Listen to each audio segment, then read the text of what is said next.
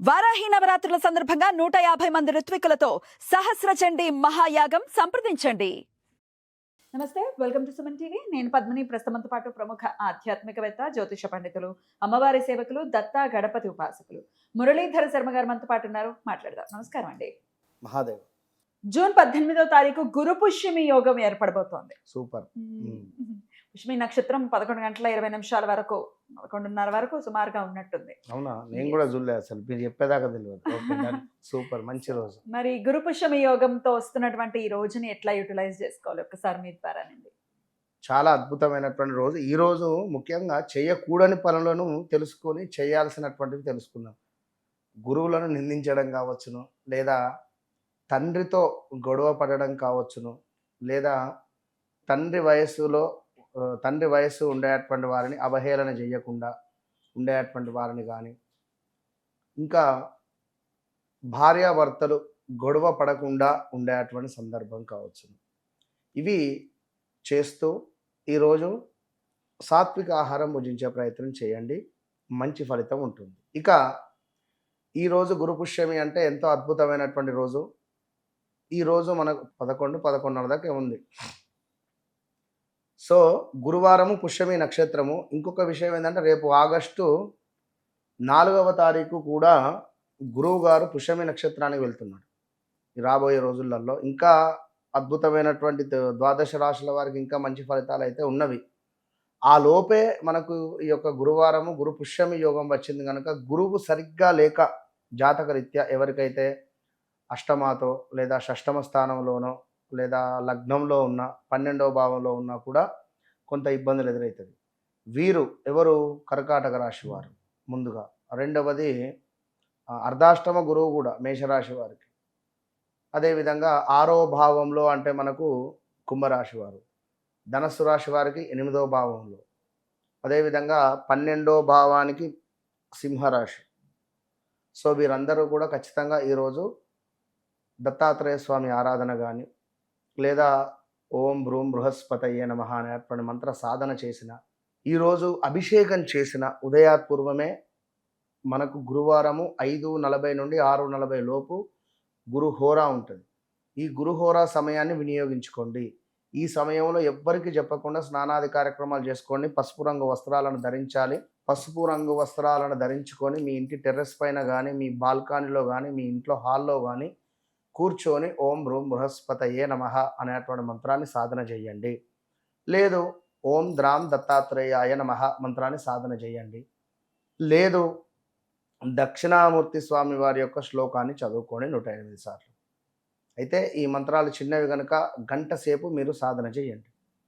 ఇంట్లో తప్పకుండా కూడా ఈశాన్యం ప్లేస్లో ఈరోజు నాడు ఈశాన్యం ప్లేసును చక్కగా కూడా పసుపుతో శుభ్రపరిచి, కుదిరితే ఆవు పేడతో కాస్త అలికినట్టుగా చేసి ఒక ముగ్గు వేసి చక్కగా కూడా దానిపై ఒక 2 తమలపాకులను పెట్టి, ఆ తమలపాకుల పైన ఒక 2 మనకు అరటి పండ్లను పెట్టి నమస్కారం చేసుకోండి. నమస్కారం చేసుకొని దీనిని ఇది ఎప్పుడు చేయాలి? ఉదయం 5:40 నుంచి 6:40 లోపు చేయాలి.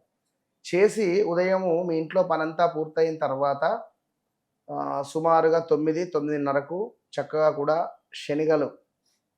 శనిగలను ఒకరోజు ముందుగా నానబెట్టుకున్న తర్వాత ఈ శనిగలను చక్కగా కూడా పోపు చేసి, ఈ అరటి పండ్లు ఈశాన్యంలో పెట్టినటువంటి అరటి పండ్లు, ఆ తమలపాకుతో సహా ఈ శనిగలు ఒక కుదిరితే ₹102 కానీ, లేదా ₹1002 కానీ దక్షిణగా వెళ్ళి నెంబర్ 3 సంఖ్య వచ్చే విధంగా బ్రాహ్మణులకు ఆ తాంబూలాన్ని సమర్పించండి.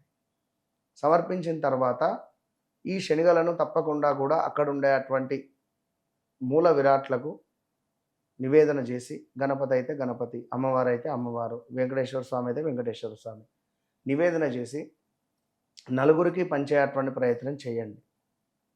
తప్పకుండా ఈరోజు ఒక 11 పసుపు కొమ్ములను కొనండి. వాస్తవానికి గురు పుష్యమి రోజు బంగారం కొంటే మంచిది అని చెప్తూ ఉంటారు. ఇవాళ రేపు బంగారం రేటు అధికంగా ఉంది. సో ఎవరు కొనలేరు.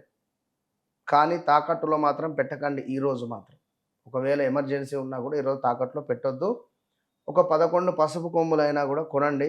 కొని చక్కగా కూడా వాటిని ఒక మాలలాగా చేసి లక్ష్మీ అమ్మవారి మెడలో గాని, దుర్గా అమ్మవారి మెడలో గాని సమర్పించే ప్రయత్నం చేయండి.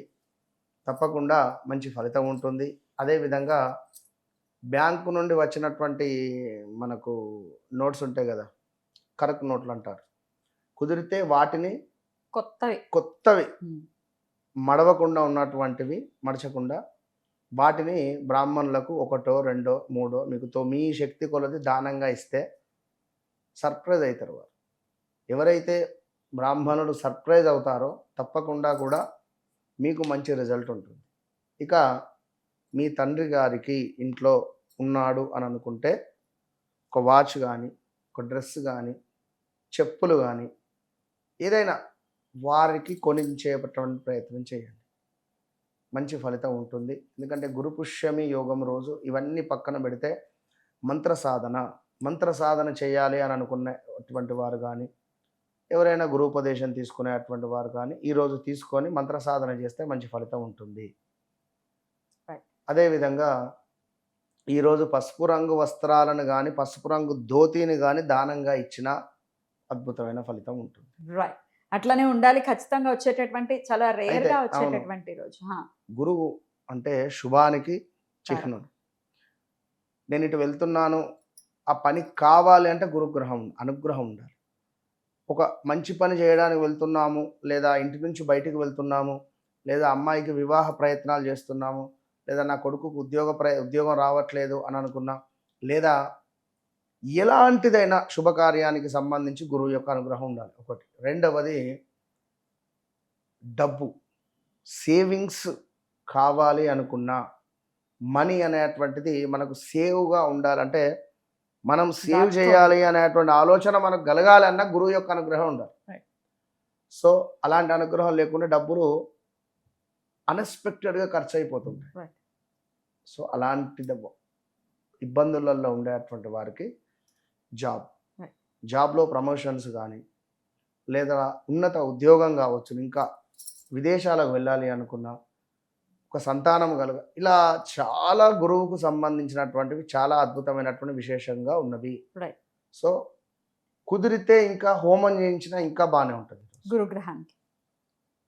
కనుక మంచిగా చేసుకోండి, మంచి ఫలితం ఉంటుంది. అలాగే ఉండాలని మనస్ఫూర్తిగా కోరుకుంటూ చాలా చక్కగా వివరించారండి. కృతజ్ఞతలు. నమస్కారం. మహాదేవ.